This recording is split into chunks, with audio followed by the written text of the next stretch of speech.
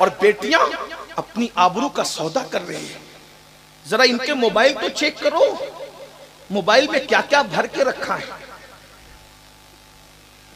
अब माँ बाप को फिक्र ही नहीं, बेटी को मोबाइल तो दे दिया लेकिन कोई बाप चेक नहीं करता, क्योंकि बेटी पे एतमाद इतना है। याद रखना, यूसुफ अलैहिस्सलाम जैसा मासूम कहता है कि मैं अपने नफ्स को बेकसूर नहीं ठहराता। मासूम लोग अपने नफ्स पे एतबार नहीं करते, और हम अपने नफ्स पर भी और अपनी बेटी के नफ्स पर भी एतबार कर बैठे। नतीजा, बेटियां बेपर्दा कोचिंग जा रही, बेटियां ब्यूटी पार्लर जा रही, बेटियां बेपर्दा बाजार जा रही, और बाप को फिक्र नहीं। सोचो अकल कहां गुम हो गई, शैतान ने अकलों को कैसे अगवा कर लिया। जिस मजहब की बेटी मस्जिद में नमाज पढ़ने नहीं जा सकती, वो मजहब की बेटी ब्यूटी पार्लर तक कैसे जा सकती है। जिस मजहब की बेटियों को अल्लाह के रसूल से पर्दा करने का, गौर तो करें, क्या बात करी जाए। मेरी बहनों जरा गौर करो, जब औरत को नबी से पर्दा करने का हुक्म दिया गया, नबी सैयदुल मासूमीन, जब नबी से पर्दा करना औरतों पे फर्ज है, तो ये फुसाक और फुज्जार मुजरिम गुनहगार जो भौरों की तरह फिक्र रखने वाले मर्द हैं कि जिस खूबसूरत औरत को देखते हैं इसी तरह उसकी जवानी को चूस लेना चाहते हैं, जैसे एक भौरा फूल को ललचाई हुई नजर से देखकर उसका रस चूस कर फिर कभी उधर का रुख नहीं करता।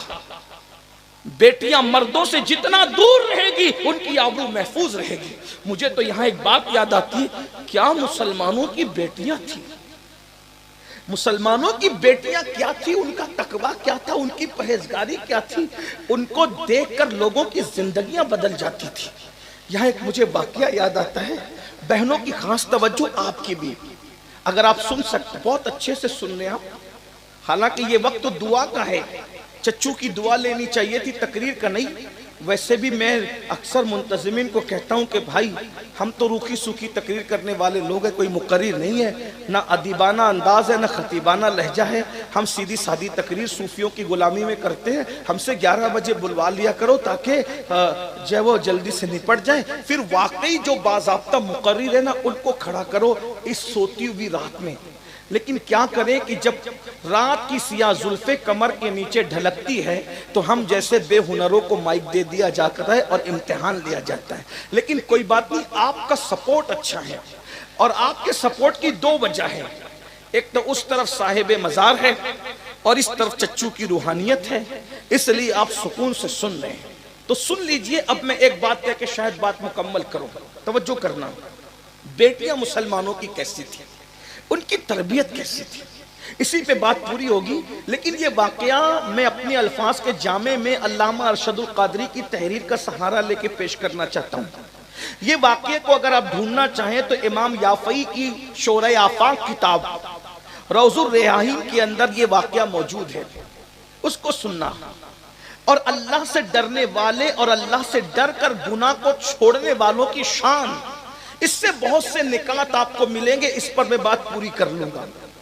दो दोस्त थे, बहनों की खास तवज्जो। दो दोस्त थे, दोनों में बड़ी गहरी दोस्ती थी, बल्कि दोस्त तो उसी को कहते हैं जिनमें दोस्ती प्यार बहुत गहरा हो। आजकल तो कोई दोस्त तो मिलता ही नहीं। हुजूर ताजुश शरिया ने कहा था, गैर अपने हो गए तो हमारे बदल गए, नजरें बदल गई तो नजारे बदल गए। दोस्त तो मिलता कहाँ है, लेकिन उस एक दौर था कि दोस्त तो बताऊं किसे कहते हैं।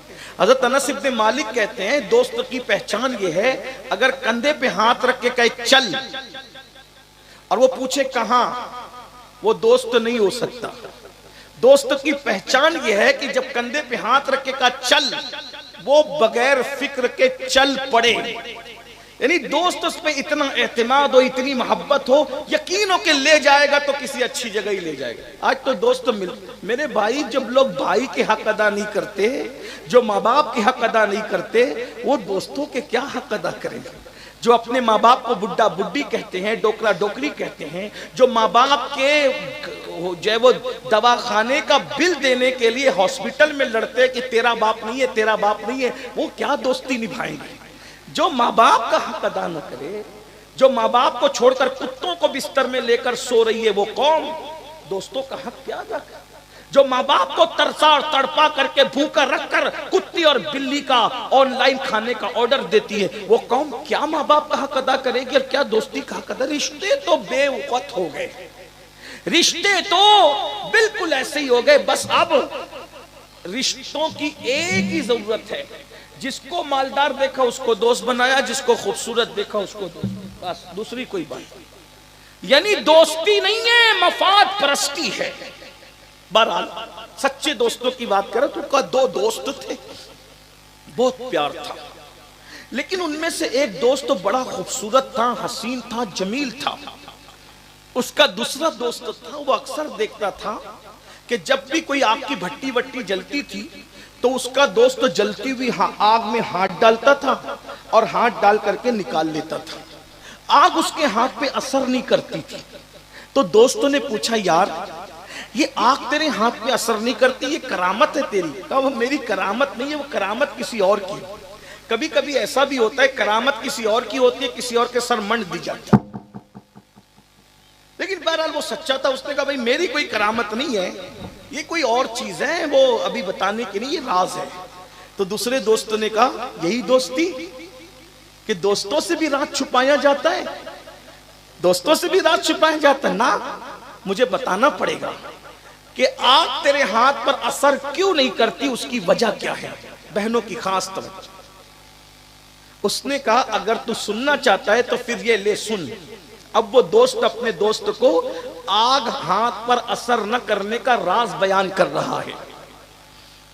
वो कहता है कि तू जानता है ना यार कि मैं बहुत मालदार घर से ताल्लुक रखता हूं, अभी भी मैं मालदार हूं, अभी मालदार घर से मेरा ताल्लुक है, लेकिन जब मेरा ऐन शबाब और जवानी का जमाना था तो एक दिन मैं अपने घर के टेरिस पर गर्मियों के मौसम में चहलकदमी कर रहा था, टहल रहा था। तो मैंने जैसे ही अपनी टेरिस पर सामने देखा तो मेरी सामने वाली टेरिस पर एक बहुत खूबसूरत लड़की थी। वो खूबसूरत लड़की का हुस्न अगर मैं बयान करता तो अल्लामा अरशदुल कादरी की तहरीर का सहारा लेके ये कहता कि वो कितनी खूबसूरत हो सकती थी। ऐसा लगता था जैसे कोई हुस्न की परी जमीन पे उतर आई हो। उसके होंठ क्या थे? ऐसा लगता था कि जैसे यमन के लाल हो। उसके रुखसार क्या? ऐसा लगता था जैसे किसी झील में अभी अभी किसी कंवल ने मुस्कुराया हो। उसके बाल क्या थे? ऐसा लगता था जैसे कोई सुंबुल का पौधा अभी सिया खेत के अंदर अपने बालों को बिखेरा हो। वो तितलियों की तरह चंचल, तितलियों की तरह चंचल ये उसका अंदाज था। चले तो यूं लगे कि कोई मोरनी चल रही है और दौड़े तो यूं लगे कि कोई हरन चौकड़ी भर रहा है। उसका हुस्न में क्या बयान करूं? आंखें थी या नरगिस के फूल, पेशानी थी या चांद का वरक, या पेशानी थी या चांदी का वरक, चांद की चांदनी की तरह उसका दूधिया दूधिया रंग था। खुदा का करना, गर्मी का मौसम, 14वीं रात का चांद आसमान पे चमक रहा था और वो लड़की सामने चांद की दूधिया रोशनी में गजब कयामत ढा रही थी। जैसी मेरी आंखें उस पे पड़ी, आंखें चार हुई और वो लड़की मेरे दिल में उतर गई। याद रखना, नजर बहुत बुरी चीज, किसी औरत पर कभी नजर नहीं डालना, और अगर नजर पड़ गई तो फौरन फेर लेना।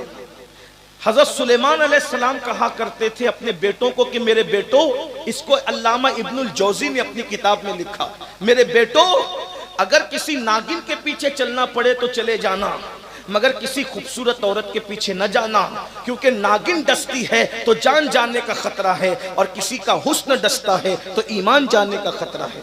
इस पर बेशुमार वाकयात में पेश कर सकता हूं, लेकिन यहाँ ये वक्त नहीं है, ये टाइम नहीं है, वरना एक एक वाकया हुस्न ने लोगों की जो है वो लोगों का ईमान लिया, लोगों की जान ली, लोगों की आबरू ली। हुस्न ही था जिसने दीवार में चुनवाया, हुस्न ही था जिसने काबिल को अपने बाप जो नबी थे बागी बनाया। नबी जैसे बाप, जिसका बाप नबी हो, उस बाप का बागी हुस्न ने बनाया। काबिल जैसे शख्स को अपने सगे भाई का कातिल हुस्न ने बनाया। अजीब हाल है हुस्न का, इसलिए बहुत हुस्न के पीछे न भागो, बहुत ब्यूटी के पीछे न भागो, बल्कि एक बात कहूं, अल्लाह ने हमें दिल दिया, जानता है ना कि हुस्न को ये दिल पसंद करता है, ये दिल हुस्न का गुलाम है, तो अल्लाह ने क्या किया, उम्मत मोहम्मदिया पर एहसान किया। जब दिल दीवाना दिया तो मोहम्मदुर रसूलुल्लाह जैसा महबूब भी अता कर दिया कि किसी के हुस्न पर ईमान का सौदा न करना। जब किसी का हुस्न तुम्हें गुमराह करने लगे, उस वक्त मेरे महबूब का तसव्वुर कर लेना। अरे हर हुस्न फानी है, हर हुस्न बदबू है, हर हुस्न को कब्र के कीड़े खाएंगे। एक हुस्न मुस्तफा है जिसको अल्लाह भी प्यार करता है। हुस्न यूसुफ तो वो है जिन औरतें उस पर दीवानी हो गई, और हुस्न मुस्तफा वो है जिससे खुदा भी प्यार करता है। क्या हुस्न है ऐ सैयद अबरार तुम्हारा, अल्लाह भी है तालिबे दीदार तुम्हारा। क्यों दीन के मुश्ताक ना हो हजरत यूसुफ, अल्लाह का दीदार है दीदार तुम्हारा। लका बदरुन फिल वजहिल अजमल खताले माजुल फाबरे अजल, तोरे चंदन चंद्र पुरा कुंडल रहमत की भरन बरसा जाना। लम याति नज़ीरु कफी नज़रिन इसलिए तो ना शुद्ध पैदा जाना। जगराज को ताज पूरे सर से है तुझको शहदो सना जाना। वो कमाल हुस्न हुजूर है कि गुमान नक्श जहां नहीं, यही फूल कार से दूर है, यही शम्मा है कि धुआं नहीं। करूं तेरे नाम पे जा फिदा, न बस एक जा तो जहां फिदा, तो जहां से भी नहीं जी भरा। करूं क्या करोड़ों जहां नहीं, वो क्या हुस्न होगा जिसके बगैर जिब्रील का दिल सिदरा पे नहीं लगता। जिब्रील तमन्ना करते हैं अल्लाह कोई काम दे दे, इसी बहाने से मदीने की गली में जाऊं और आमिना के लाल का दीदार कर लूं। बेलिकाए यार उनको चैन आ जाता अगर बार बार आते न यूं जिब्रील सिदरा छोड़कर। ऐसे नबी को छोड़कर लड़कियों के हुस्न के पीछे ईमान पर बात कर रहे हो? नहीं नहीं, ये जुल्म है मुस्तफा जाने रहमत के हुस्न के साथ। लोग कहते हैं लोग हम पे जुल्म करते हैं। मैंने कहा जो अपने नबी के हुस्न पे जुल्म करे उस कौम को मारा पीटा दवा बर्बाद नहीं किया जाएगा। अरे बताओ ना, है किसी के पास ऐसा महबूब जैसा महबूब अल्लाह ने हमें अता फरमाया, जिसकी जुल्फें बिखर के चेहरे पर आए कुरान उसे वल्लैल कहते हैं। जुल्फे सवर कर चेहरे से उठ करके सर पे चली जाए कुरान उसको वद्दुहा कहते हैं। और जब उसमें मांग निकले तो सूफिया कहते हैं कुरान उसको मतलइल फज्र हक कह दे। और मेरा इमाम उसकी तस्वीर कशी यूं करे, लैलतुल कद्र में मतलइल फज्र हक, मांग की इस्तिकामत पे लाखों सलाम, जिससे तारीख दिल जगमगाने लगे, उस चमक वाली रंगत पे लाखों सलाम। वो जवान कहता है अपने दोस्त से, मेरे भाई आप भूलिएगा नहीं, मैं साथ साथ चलिएगा, तवज्जो मेरी तरफ रखिएगा, मैं दाएं बाएं हो जाऊं आपने नहीं होना। वो कहता है मेरे भाई मैं खूबसूरत भी हूं, तब भी खूबसूरत था, जवान भी हूं, जवान था, दौलत भी थी।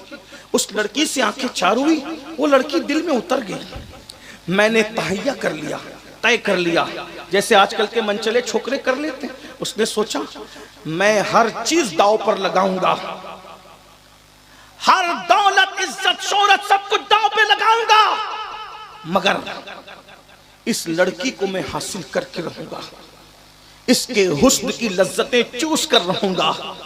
और मैं उसके पीछे पड़ गया। मैंने उस लड़की को कहा, लड़की, हया के पर्दे में कह रहा हूं, ए लड़की तू मुझे अपने जिस्म पे काबू दे दे और मुझे अपने नफ्स की प्यास बुझाने दे। मगर वो लड़की कोई आवारा लड़की न थी, उसकी परवरिश टीवी सिनेमा और फिल्म देखकर नहीं हुई थी, क्योंकि उस दौर में ये लानते थी नहीं। वो लड़की सैयदा फातिमतुज़ ज़हरा के किरदार के साए में पली हुई थी। उसने आंख खोली थी तो उसको सैयदा पाक की सीरत बताई गई थी, उसके माँ बाप ने उसकी सच्ची तरबियत की थी। जैसे ही लड़के ने ऑफर की, लड़के ने जैसे ऑफर की कि मुझे अपने हुस्न पर काबू दे दे, अपने जिस्म पे काबू दे दे ताकि मैं नफ्स की प्यास बुझाऊं, लड़की का जवाब बड़ा खूबसूरत था। लड़की ने कहा, ए जवान, अल्लाह से डर, लज्जत के लिए गुनाह मत कर, लज्जत चली जाएगी गुनाह बाकी रह जाएगा, मत ज़िना कर। एक बात बताऊं, बहुत नाजुक उन्वान आ गया है, ज़िना की लज्जत 2 मिनट से ज्यादा की नहीं होती, मगर इसका नुकसान क्या है? इसका नुकसान ये है, सल्लल्लाहु अकबर, कि अगर 7 समुंदरों के पानी से भी जानी गुस्ल कर ले तो उसके दिल पर जो गुनाह का धब्बा लगा है, 7 समुंदर का पानी भी उस जिना के गुनाह को धुल नहीं सकता। सरकार गरीब नवाज हदीस बयान करते अपने मलफूजात में कि अल्लाह अकबर, जब कोई जिना करके गुस्ल करता है तो उसके बदन से जितने पानी के कतरे टपकते हैं, हर कतरे के एवज में शयातीन पैदा किए जाते हैं और वो सारे शयातीन जुर्म पाप और गुनाह करते रहेंगे और उन सब का वबाल क़यामत के दिन उसको भुगतना पड़ेगा जिसके जिना की वजह से वो शयातीन पैदा हुए। एक बात और बताऊं, उलमा मौजूद है, इनसे माजरत चाहते हुए, आजकल बांझपन की शिकायत आम है। हर बांझ जानी नहीं है, मैं वाज़े कर दूं, गलत मफहूम मत लेना, मफहूम मुखालिफ मत लेना, लेकिन इतना याद रखें, आज बांझपन की शिकायत आम है। वजह, बुजुर्गों ने फरमाया जो शादी से पहले जिना करते हैं वो जल्दी बाप नहीं बनते। चेक करो बुजुर्गों के फरमान। बहुत अच्छा लगता है ना जवानी में पानी में आग लगाना, मगर चंद लम्हों की लज्जत के लिए अल्लाह भी नाराज, दुनिया भी तबाह, आखिरत भी बर्बाद। जानियों के बारे में अल्लाह के रसूल फरमाते हैं अल्लाह जानियों के चेहरे से खूबसूरती छीन लेता है। देखो आज मुस्लिम और गैर मुस्लिम के चेहरे में फर्क नजर नहीं आता, वरना कल का मुसलमान जवान उसका चेहरा ऐसे खिला हुआ होता था, उसको देख करके लगता था कि ये कोई मोमिन है। आज चेहरे पे हवाइयां उड़ रही है, चेहरे पे बेचैनियां हैं, कॉस्मेटिक आइटम इतना इस्तेमाल करने के बावजूद भी वो खूबसूरती नहीं है जो मुस्लिम जवानों के चेहरे पर थी। मेरी कौम के जवानों, अल्लाह के रसूल फरमाते हैं हुस्न छीन लिया जाता है जानी का, मगर जो तौबा कर ले। अगर तौबा का दरवाजा तो सबके लिए खुला हुआ, यही मेरे मजहब की खूबसूरती है, मजहब इस्लाम की, कि कितना भी बड़ा कोई जुर्म कर ले, अगर वो सच्ची तौबा कर लेता है तो अल्लाह उसे गुनाहों से ऐसे पाक कर देता है जैसे वो अभी अपनी माँ के पेट से पैदा हो। अगर आज से पहले किसी से गलती हुई है तो खुदा के लिए, ये जिना क्यों हो रहा है? गंदी पिक्चर देखकर, गंदी फिल्में देखकर ये जिना की तरफ जा रहे हो। खुदा के लिए रुको, कुरान की तिलावत करो, दुरूद शरीफ पढ़ो, अपने आप पे कंट्रोल, और अगर नहीं कंट्रोल कर सकते तो बालिग होने के बाद शादियां कर लो। हम तुम्हारे साथ खड़े हैं, ये उलमा, ये पीरान निज़ाम सादात तुम्हारे साथ खड़े। तुम्हें खिलौने की जरूरत थी, तुमने माँ बाप को कहा मुझे खिलौना दिला के दो। तुम्हें भूख लगती थी, तुमने माँ बाप को कहा हमें खाना दो। तुम्हें फल की जरूरत होती, तुम कहते थे हमें फल दिला के दो। अब अगर बीवी की जरूरत है तो जिना मत करो, माँ बाप को कहो हमें बीवी ला करके दो, हम तुम्हारे साथ खड़े। अपने मुंह से अपनी शादी का मुतालबा करना अदब के साथ, ये बेअदबी नहीं है, गुस्ताखी नहीं है, ये तुम्हारा हक है। आज के जलसे से हम माइक पर ऐलान कर रहे हैं कि ये बयान रिकॉर्ड हो रहा है और पूरी दुनिया में जाएगा, हम आपके साथ खड़े। आप बोलिए ना अदब के साथ कि मैं इस काबिल हो गया, मुझे जरूर भूख लगी थी तो आपने कहा ना खाना दो। आपकी नफ्स की भूख है, माँ बाप को बोलो शादी करें।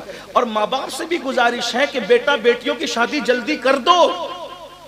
अल्लाह के रसूल अलैहि सलाम ने फरमाया 3 चीज में देर मत करना, नमाज का वक्त हो जाए उसकी अदायगी में देर मत करो, जनाजा तैयार हो दफन करने में देर मत करो, बेटा बेटी बालिग हो जाए शादी करने में देर मत करो, मत ताखीर करो।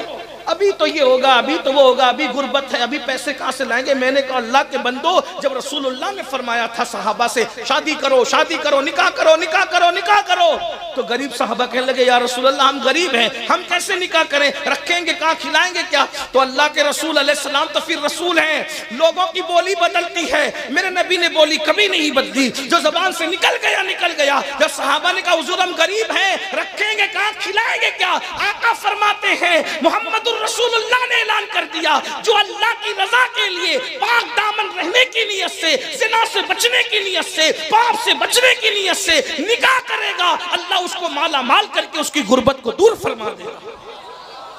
निकाह की बरकत से गरीबी दूर हो जाएगी, हुजूर ने गारंटी ली है, लेकिन नियत होनी चाहिए गुनाह से बचने की। बहरहाल बात दूर न निकले, अर्ज़ कर रहा था, वो जवान कहता है कि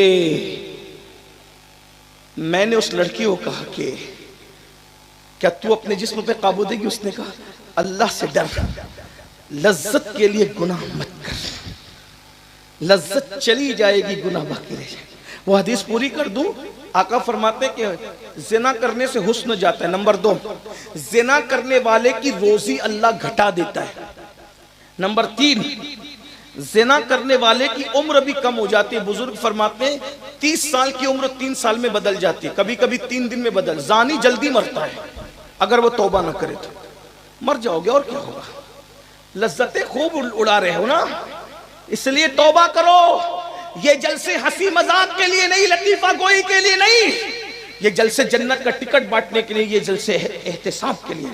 और मैं अपनी बहनों से भी कहता हूं तुम ऐसी नहीं हो, लेकिन जिन तक आवाज पहुंचनी अल्लाह पहुंचाएगा। मेरी बहनों, कब तक अपने हुस्न की नुमाइश करके दुनिया की लज्जतें लूटोगी। एक दिन जवानी चली जाएगी, ये खूबसूरत चेहरे पे झुर्रियां पड़ जाएगी। जो अपनी आबरू का सौदा करते हैं ना, बुढ़ापा उनको इतना दर्दनाक आता है। जवानी में पाप करने वालों पर अल्लाह इतना बदतरीन बुढ़ापा मुसल्लत करता है कि वो अपने बिस्तरों में छुप छुप कर रोते हैं, मगर वक्त तो गुजर जाता है, उन्हें अपने आप से नफरत हो जाती है। उनका बुढ़ापा इतना दर्दनाक होता है कि वो रातों को तारे गिन गिन कर गुजारते, उनको नींद नहीं आती। पूरे वजूद पर अल्लाह लानत और नहूसत मुसल्लत कर देता है, उनको बेचैनी और बेकरारी में मुब्तला कर देता है।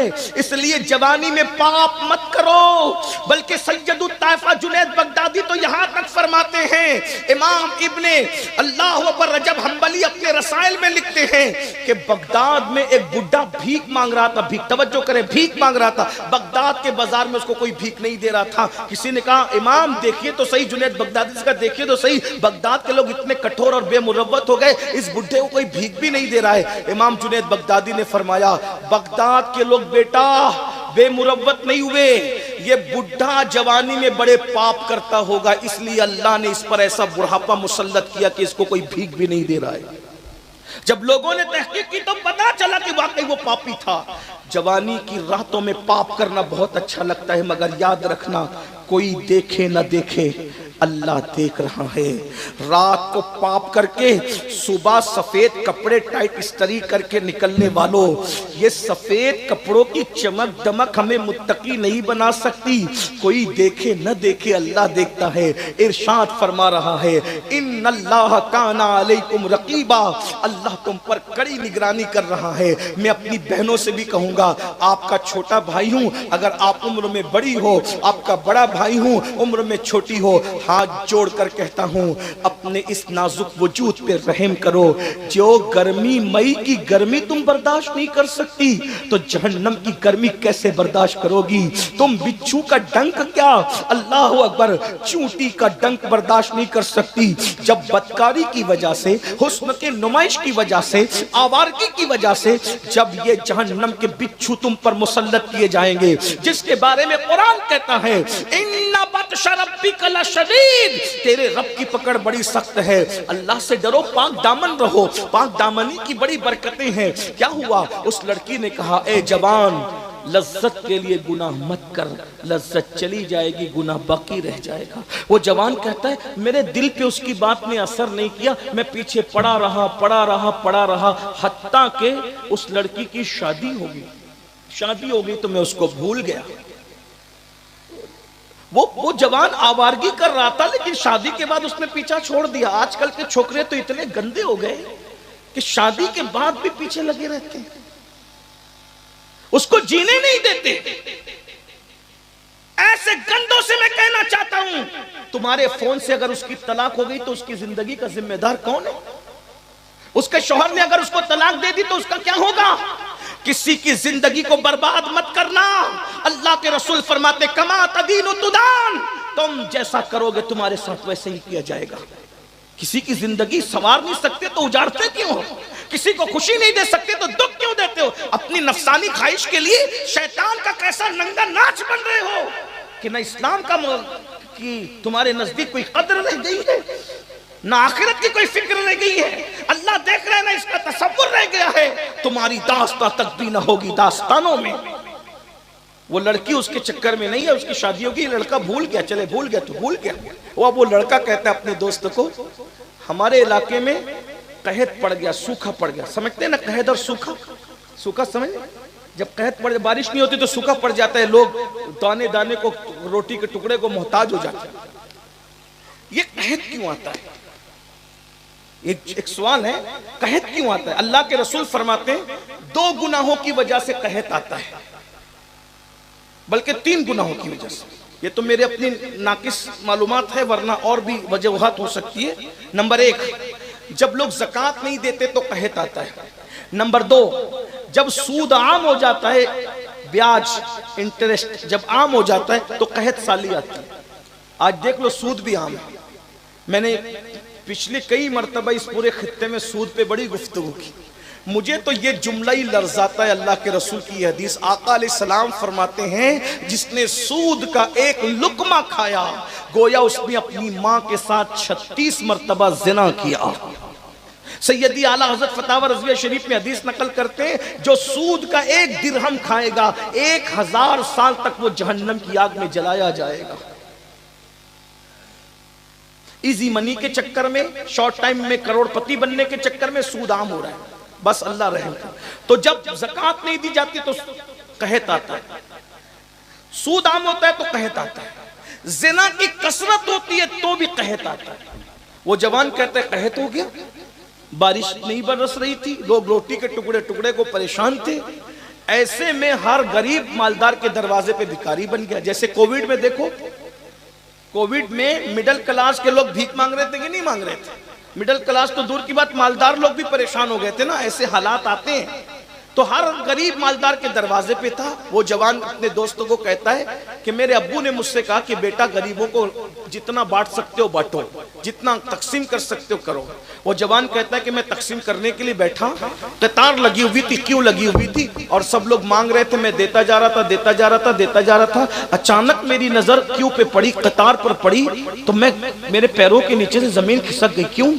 इसलिए कि जिस लड़की को मैं मोहब्बत करता था, प्यार करता था, जिसको चाहता था, वही लड़की उस कतार में खड़ी हुई थी। मैंने जब उसको देखा तो मैं खुश हो गया। अरे, जिसको मैं चाहता था, जिसके पीछे मैं डोरे डाल रहा था, वो आज मेरे दरवाजे पर आई है। मैंने नौकरों का सबको निपटा दो, और उस लड़की को मैंने कमरे में बुलाया, और कमरे में बुलाकर मैंने कहा क्यों आई हो? उसने कहा नजरें झुकाकर, गरीब हूं, जरूरत आपके दरवाजे पे लाई है, मैं मोहताज हूं। मेरी शादी हुई, 3 बच्चों की मां बन गई। मेरा शौहर इतना गरीब है कि मैं बच्चों को खिला नहीं सकती। मां हूं ना, तो बच्चों की भूख आपके दरवाजे तक लाइए, खुदा के लिए मेरी मदद करो। अस्सलामु अलैकुम वरहमतुल्लाहि वबरकातुहू। हमें उम्मीद है आप भी खैर आफियत से होंगे। मेरे प्यारे अजीज दोस्तों, अगर आपने वीडियो को क्लिक कर ही दिए हैं ना, तो सैयद अमीरुल कादरी साहब के जुबान से बयानात को समाप्त करके जाइएगा। अगर वीडियो पसंद आए तो वीडियो को लाइक करके चैनल को सब्सक्राइब जरूर कर। वो नौजवान कहता है मैं अंदर ही अंदर खुश हो रहा था, आज मजबूर होकर आइए, पूरा पूरा हिसाब लूंगा और पूरा पूरा बदला लूंगा, इसकी मजबूरी का पूरा पूरा फायदा उठाऊंगा।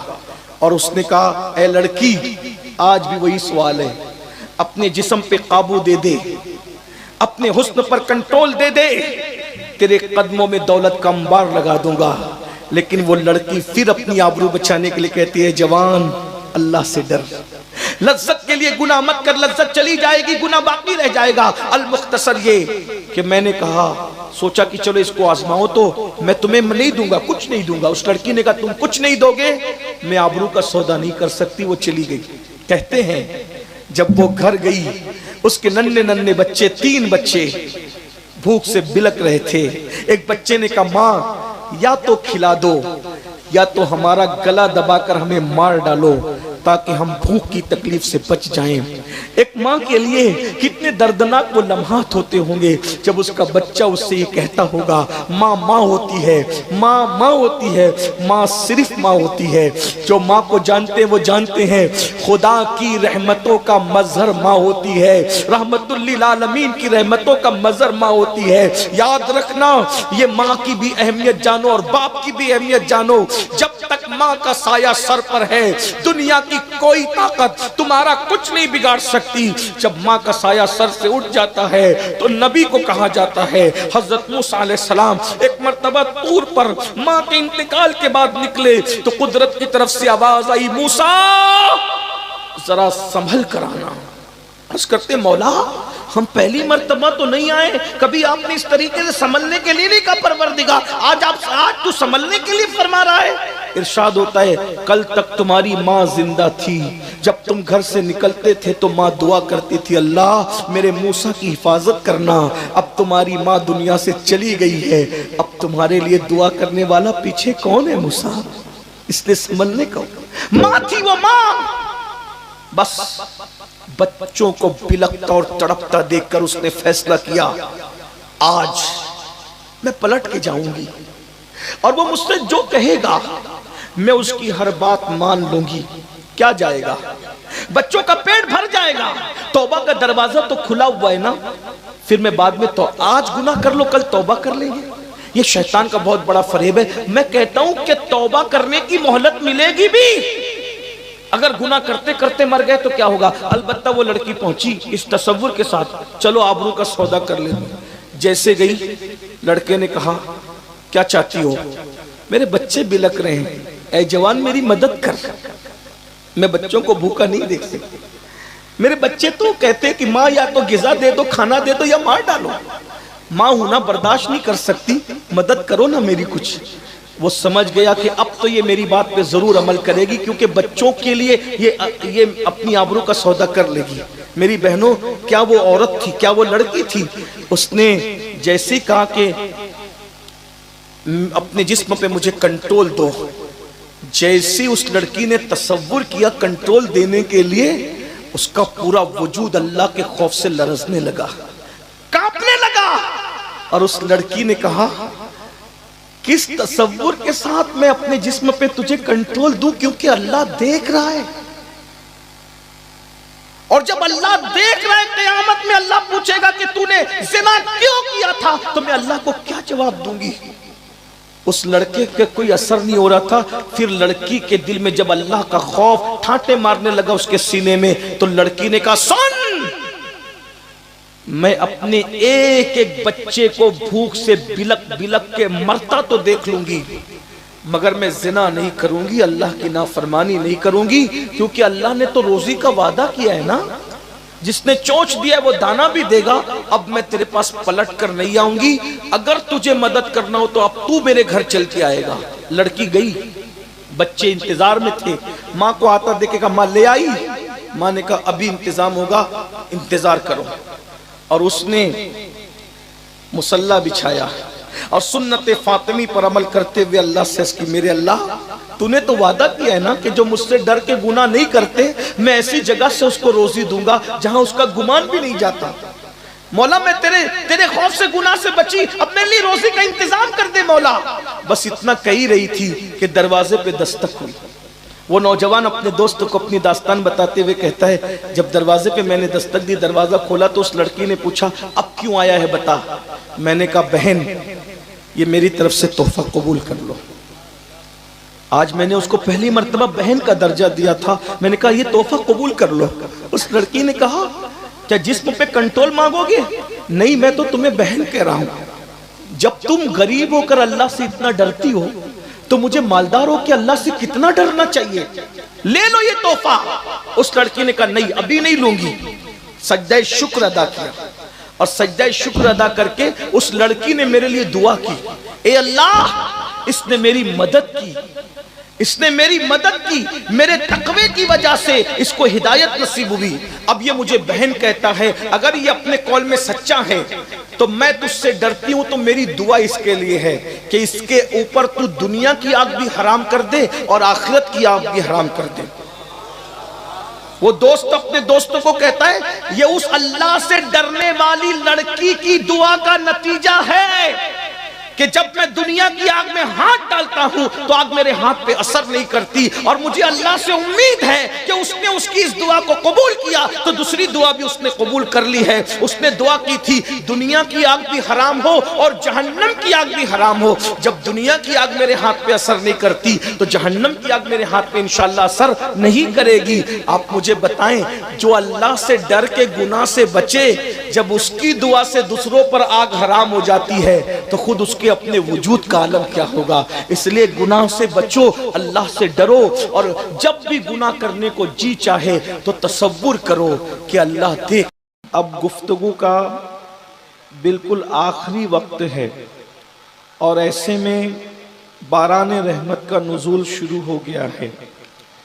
अब छिपरा मऊ वालों से मैं ये तो नहीं कहूँगा कि भीगते हुए बैठो, लेकिन फैसला आपके हाथ में है कि मैं तो भीगने के लिए तैयार हूँ।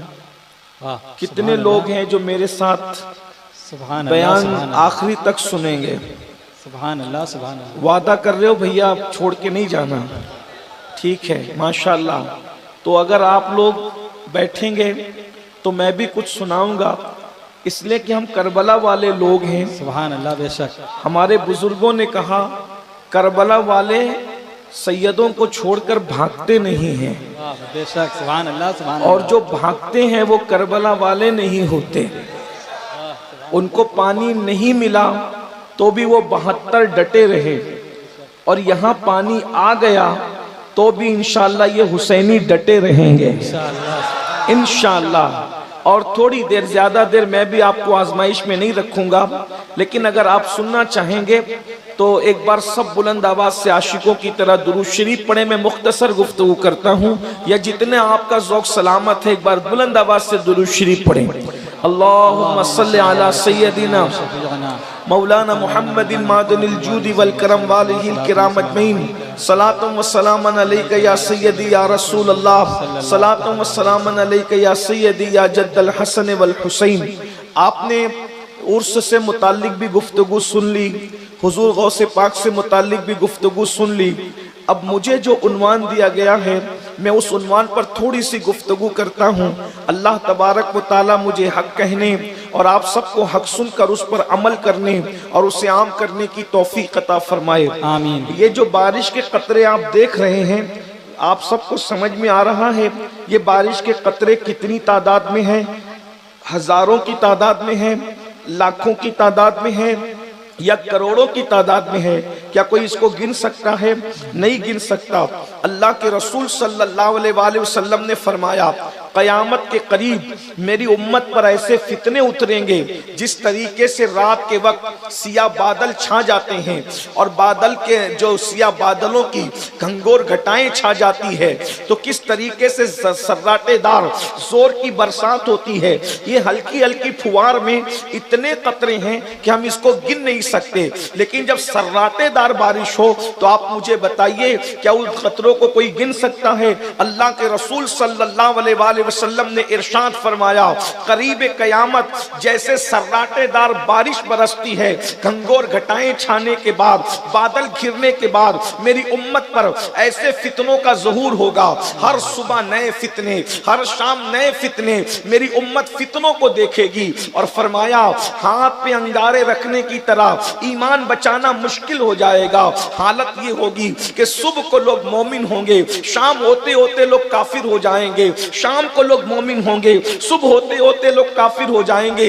अल्लाह के सच्चे रसूल सादिक व मज़दूक मुस्तफ़ा करीम सल्लल्लाहु अलैहि वसल्लम ने क़यामत के करीब के फितनों का जिक्र किया। मैं चंद फितनों का जिक्र करता हूँ, और मेरे भाइयों और मेरी बहनों जरा गौर करो क़यामत हमसे कितनी करीब है, क़यामत हमसे कितनी करीब आ गई है। अल्लाह अकबर। अल्लाह के सच्चे रसूल सादिक व मज़दूक मुस्तफ़ा जान रहमत सल्लल्लाहु अलैहि वसल्लम इरशाद फरमाते हैं जब क़यामत करीब आ जाएगी तो लोग अमानत को गनीमत समझने लगेंगे, अमानत को लोग गनीमत समझेंगे। अमानत किसे कहते हैं? अमानत कोई भी हो, किसी की अमानत में आप तसर्रुफ नहीं कर सकते, आपको कोई इख्तियार नहीं है, लेकिन जो गनीमत होता है उसको जैसे चाहो इस्तेमाल करो। तो आका फरमाते हैं लोग अमानत को गनीमत समझेंगे। आज आप देख लीजिए किसी मुसलमान के पास अमानत रखकर देख लीजिए क्या लोग अमानत में खयानत नहीं करते? अगर गुफ्तगू को अमानत के तौर पे रखा तो भी लोग उसमें खयानत करते हैं,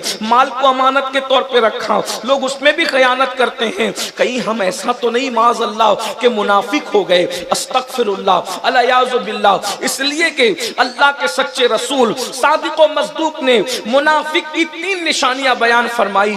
क्या ये तीनों अंदर हमारे अंदर मौजूद नहीं है? ये 3 निशानियां हमारे अंदर मौजूद नहीं है? आका फरमाते हैं मुनाफिक की पहचान है जब भी बोलता है तो झूठ बोलता है, वादा करता है तो खिलाफ करता है, अमानत रखी जाए तो उसमें खयानत करता है। अब आप मुझे बताएं हम कितना सच बोलते हैं। आज बड़ी माजरत के साथ जन्नत के ठेकेदार तो बन गए, मजहबियत का लिबादा तो हमने ओढ़ लिया, दाढ़ियां तो हमने बढ़ा ली, सरों पर खूबसूरत टोपियां तो पहन ली, मगर रसूलुल्लाह ने जो मुनाफिक की निशानी बताई है क्या वो आज हमारे अंदर मौजूद नहीं है? आज तो लोग झूठ बोलने को गुनाह भी तसव्वुर नहीं करते। अल्लाह अकबर। जबकि आज सरकार गौसे पाक का जश्न है। किसी ने गौसे पाक से पूछा आपकी तरक्की का राज क्या है, तो गौसे पाक फरमाते हैं मेरी तरक्की के सिर्फ दो राज हैं।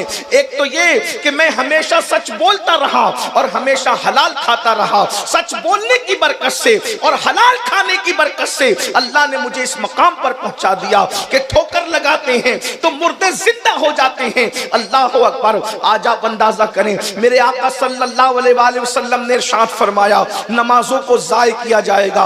कयामत की निशानियों में से एक निशानी ये भी है, नमाजों को जाय किया जाएगा। अल्लाह अल्लाह, आज नमाजें जाय की जा रही है। हाथ मत उठाना, लेकिन एक सवाल मैं आपसे करता हूं, अपने आप में डूब कर सोचो।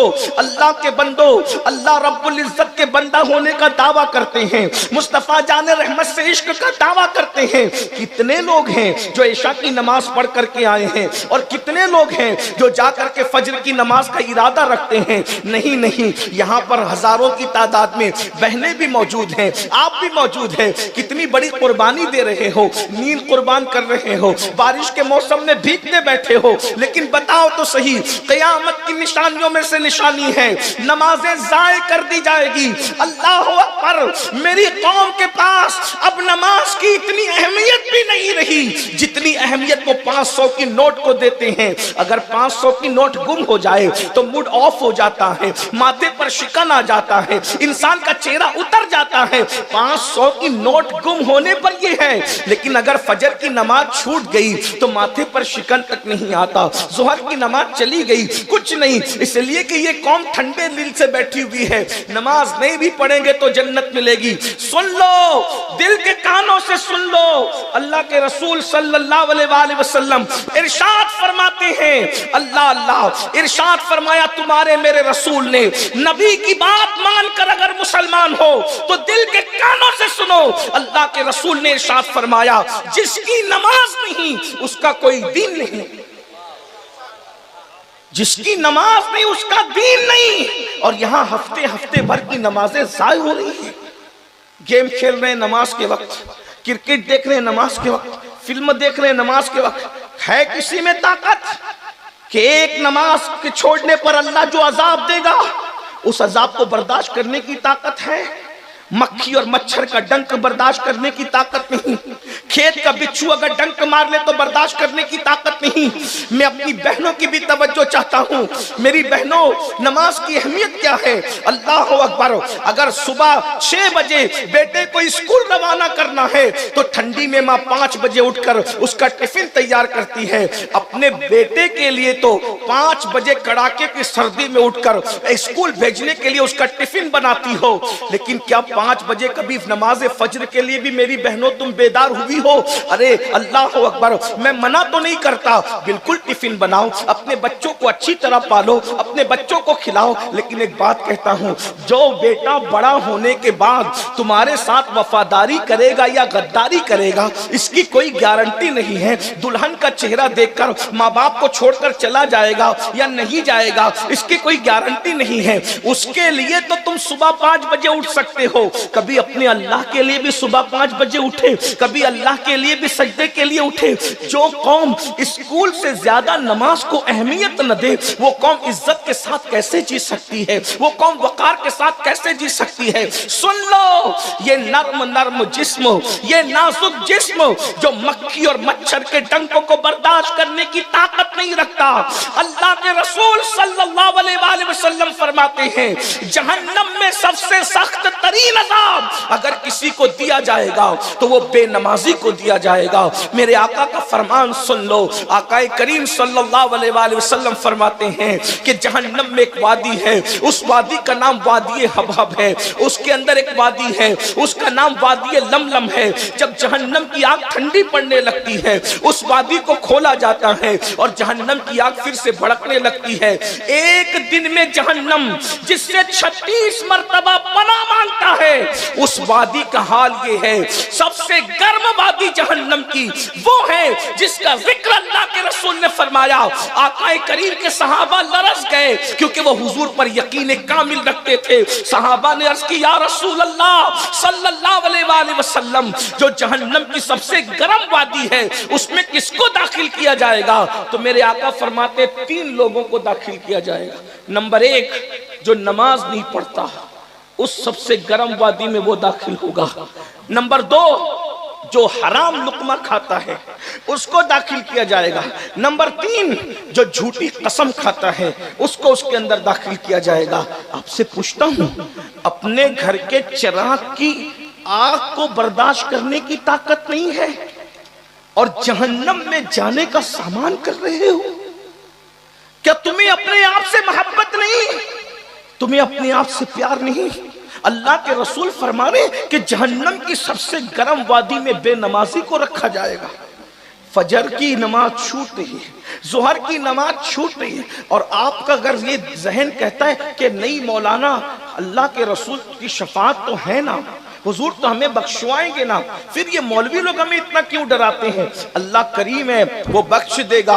हुजूर रहमतुल लिल आलमीन है। हुजूर अलैहि सलाम ने फरमाया, शफाअती ले अहलिल कबाइर मिन उम्मती, मेरी शफाअत मेरी उम्मत के बड़े गुनहगारों के लिए है। मैं सब पर ईमान रखता हूँ, लेकिन एक बात आपसे कहूँ, ये आधी अधूरी बात तुम्हें किसने सिखा दी? क्या अल्लाह के रसूल का ये फरमान नहीं, शफाअती ले अहलिल कबाइर मिन उम्मती? सुनने वालों, अल्लाह के रसूल ने यह भी फरमाया, जिसने जानबूझकर नमाज छोड़ दी, क़यामत के दिन उसके साथ मेरा कोई वादा नहीं है, वो मेरे जिम्मे से बाहर है और मैं उससे बेजार हूं। जिससे अल्लाह के रसूल बेजार हो वो बेनमाजी है और नमाज छूट रही है। पूरे कुरान में कमोबेश 700 मरतबा अल्लाह ने नमाज का हुक्म दिया। आज हम इस्लाही माशरा के जलसे करते हैं। मैं सिर्फ इतना कहना चाहता हूं, अगर सब मिलकर इस कौम को नमाजी बना दे, इस्लाही माशरा के जलसों की जरूरत खत्म हो जाएगी। क्योंकि नमाज वो अजीम इबादत है जो इंसान को खुद ही सुधार देती है। जो नमाज पढ़ेगा वो सुधर जाएगा। कुरान कहता है, इन्ना सलात तन्हा अनिल फहशाई वल मुनकर, के बेशक नमाज हर बुराई और बेहयाई से रोक लेती है। अल्लाह के रसूल सल्लल्लाहु अलैहि वसल्लम फरमाते हैं, क़यामत के करीब शराब आम हो जाएगी, नशा आम हो जाएगा। ये क़यामत की निशानियों में से निशानी है। आज आप देखिए, इस कौम के अंदर नशे को प्रमोट किया जा रहा है। आज मुसलमानों के यहाँ रथ जगह होता है, रथ जगह में शराब बटती है, गांजा बटती है, एमडी का नशा होता है, लोग नशा करके नाचते हैं। नशे का नुकसान क्या है? दुनियावी नुकसान तो यह है कि नशा करने वाला इंस्टॉलमेंट पर मौत के करीब होता है, वो किस्तों में मरता है। फेफड़े खराब होना, कैंसर का होना, नामर्दी, ये सारी चीजें नशे की वजह से है। मैं बुजुर्ग लोग बैठे हुए हैं, मैं उनकी मौजूदगी में क्या कहूँ खुल करके। वैसे तो हुजूर पीरे तरीकत फैजान मियां हम सब के मखदूम ज़ादे हैं, लेकिन हम सब मोहब्बत से इनको चच्चा कहते हैं और चच्चा का मर्तबा बाप के बराबर है।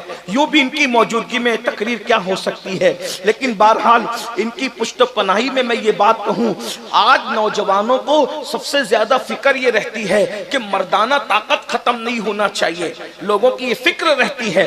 लेकिन ये बात मैं बेहयाई के तौर पे नहीं कह रहा हूँ, मगर नशा औरत के काबिल नहीं रखता मर्दों को। और ये जो शादीशुदा औरतें बदकारी की तरफ बढ़ रही है, उसमें एक सबसे बड़ी चीज नशा है। किसी अंग्रेज मुफक्किर ने कहा था कि अगर तुम नशा खत्म कर दो, तुम नशा खत्म कर दो तो मैं 70% हॉस्पिटल खत्म कर दूंगा। ये नशाएं जिसकी वजह से बीमारियां फैल रही है।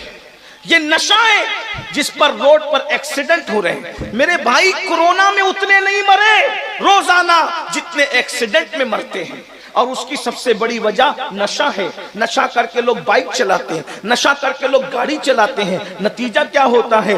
खुद भी मरते हैं, 4 लोगों को लेके मरते हैं, 10 लोगों को लेके मरते हैं। इस्लाम ने नशा मना किया। आजकल के लड़के दिमाग चलाते हैं, आजकल इंटरनेट पर बहुत चीजें सर्च कर रहे हैं, रिसर्च कर रहे हैं, बहुत कुछ कर रहे हैं, और लोग कहते हैं नशा करने से तो चेहरा गोल होता है, नशा करने से तो चेहरा खूबसूरत होता है, नशा करने से तो आंखों में खुमार आता है, नशा करने से तो ताकत आती है। अच्छी तरह याद रखना, ये शैतानी हथकंडे हैं। बुखारी शरीफ की हदीस है, जिस चीज को अल्लाह ने हराम किया है उससे अल्लाह ने बरकत को उठा लिया है, उससे अल्लाह ने शिफा को उठा लिया है। जो अल्लाह ने हराम किया अब उससे कभी शिफा नहीं हो सकती, उससे कभी ताकत नहीं आ सकती, उससे कभी कुव्वत नहीं आ सकती। अल्लाह के रसूल फरमाते हैं कुल्लु मुस्किरिन हराम, हर नशावर चीज हराम है। ऐ मेरी कौम के जवानों, तुम नशा करने के लिए नहीं हो, तुम नशा करने के लिए नहीं हो, नशे से रोकने के लिए हो। अगर तुम नशा करोगे तो नशे से लोगों को कौन रोकेगा? तुम एमडी का नशा कर रहे हो। अल्लाह अकबर। एक बात मैं आपको और बताऊं, ऐसे जालिम हमारे माशरे में घुस गए कि सिगरेट पीने वालों की सिगरेट में वो चुपके से नशे की चीजें डालते हैं। इसी तरीके से जो गुटखा खाते हैं, गुटखे के अंदर, सब लोग ऐसे नहीं, पान की दुकान वाले जालिमों के एजेंट बने हुए हैं, बहुत सारे मेडिकल वाले बहुत सारे जालिमों के एजेंट बने हुए हैं, और बहुत सारी चीजों में नशा मिला करके डाला जाता है। वजह इसलिए कि चंद दिन वो नशा कराते हैं, बाद में तुम नशे के आदी बन जाते हो। और नशे का आदी जब आदमी बनेगा तो अपनी बहन की उसको फिक्र क्या होगी, अपने बच्चों की फिक्र क्या होगी, अगर तालिब इल्म है तो स्टडी की उसको फिक्र क्या होगी। मैं इतना अर्ज करना चाहता हूँ, खास तौर पर मुस्लिम मोहल्लों में नशे को प्रमोट किया जा रहा है, इसलिए कि दुनिया तुम्हारे टैलेंट से लर्जा बरंदाम है। दुनिया अच्छी तरह जानती है मुसलमानों को पढ़ने मत दो, ये पढ़ेंगे इतना आगे बढ़ेंगे कि दुनिया की कोई कौम इनका मुकाबला नहीं कर सकेगी। इनको तिजारत मत करने दो। ऐ मेरी कौम के जवानों, तुम मुहम्मदुर रसूलुल्लाह के शाहीन हो, शाहीन। तुम चील और कव्वे नहीं हो, तुम चिड़िया नहीं हो।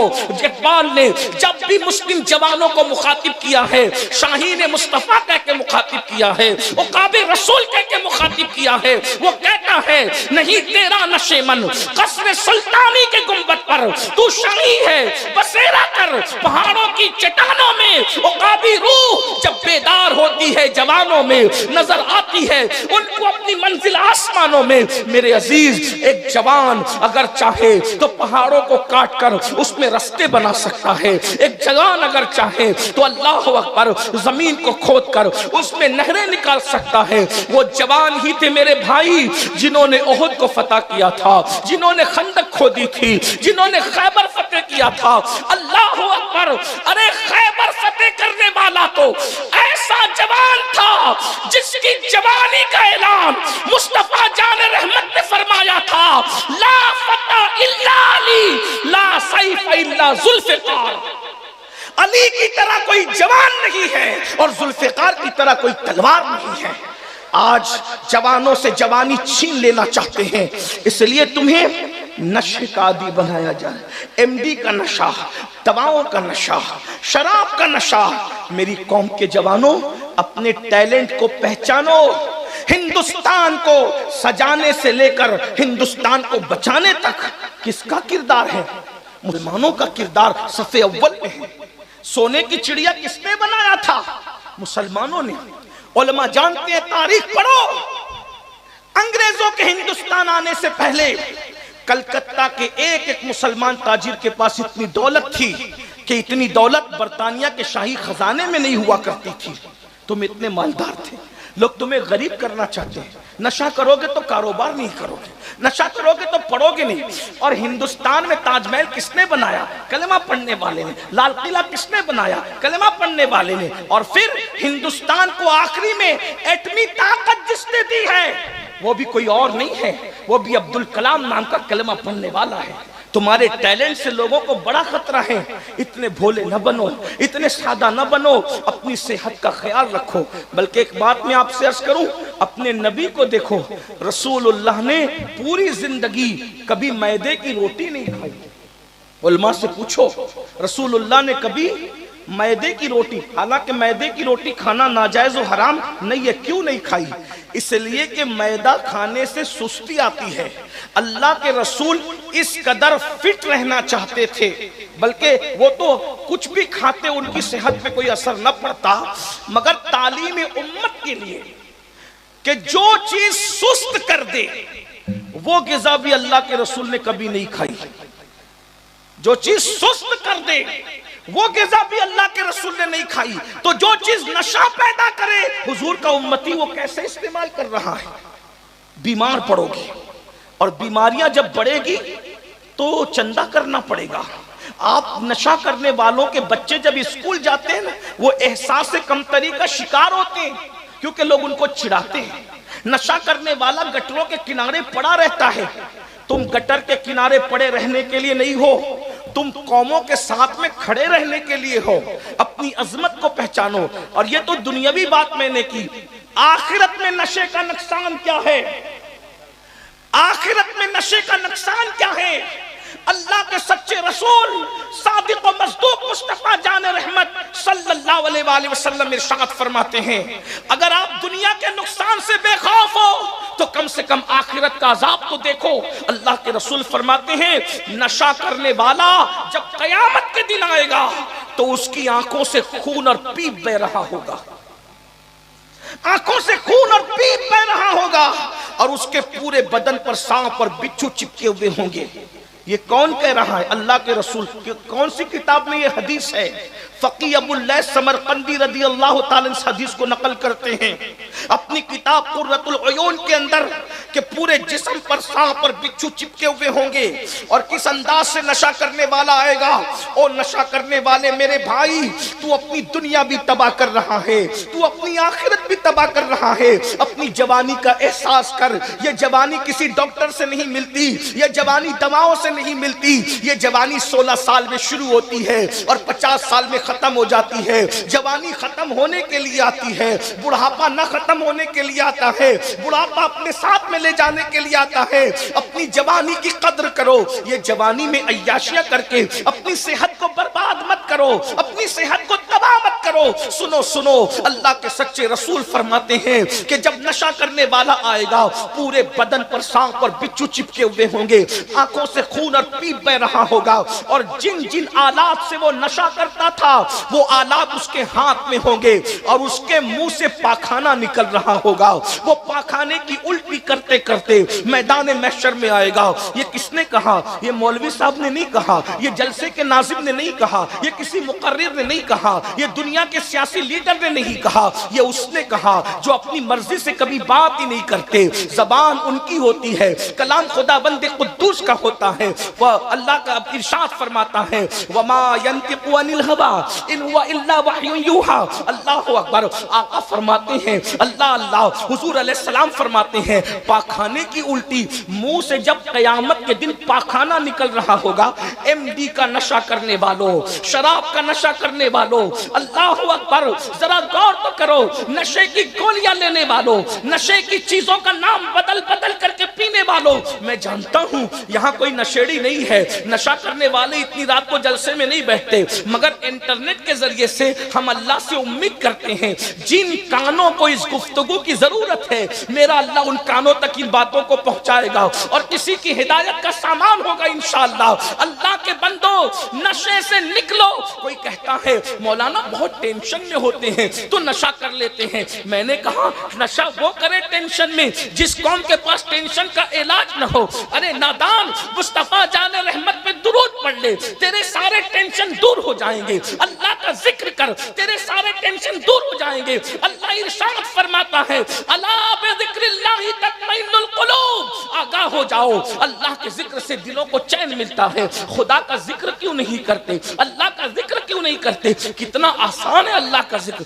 अल्लाह कहो, एक मर्तबा कोई अल्लाह कहे, 3 मर्तबा जवाब आता है, लब्बैक या अब्दी, लब्बैक या अब्दी, लब्बैक ए मेरे बंदे में हाजिर हूं।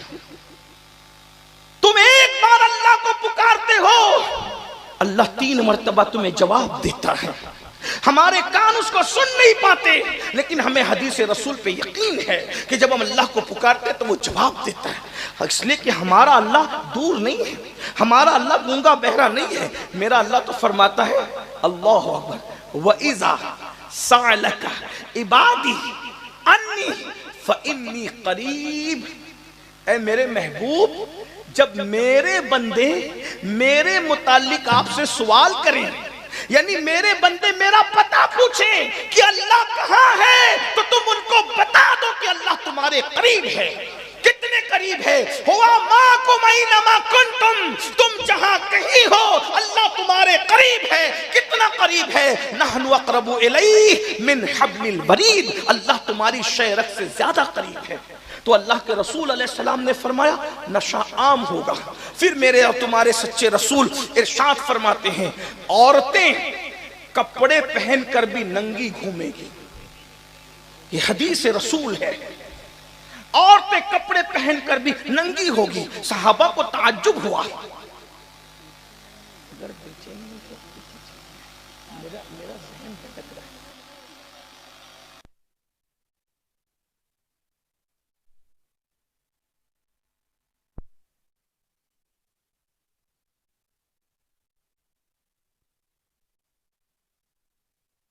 अब आपको ताज्जुब हुआ कि कपड़ा पहनकर कोई नंगा कैसे रह सकता है।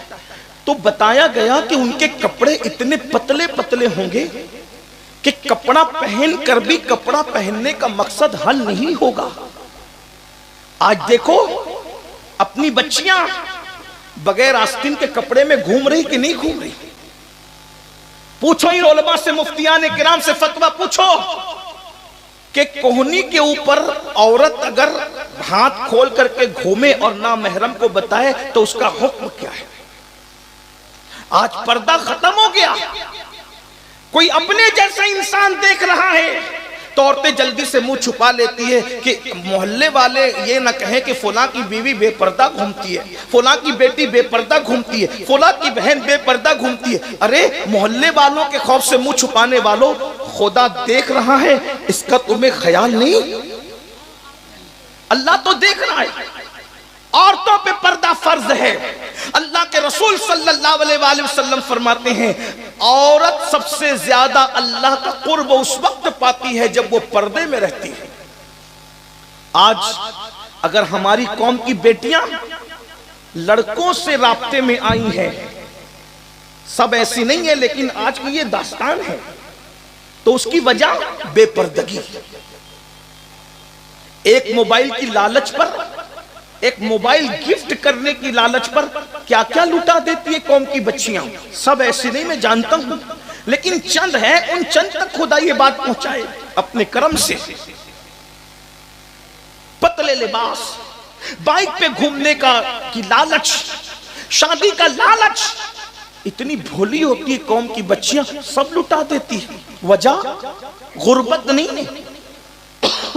कुछ लोग कहते हैं मौलाना गुर्बत है, गुर्बत की वजह से बच्चियां लुट रही है। मैंने कहा नहीं, गुर्बत वजह नहीं, तरबियत करना होना वजह है।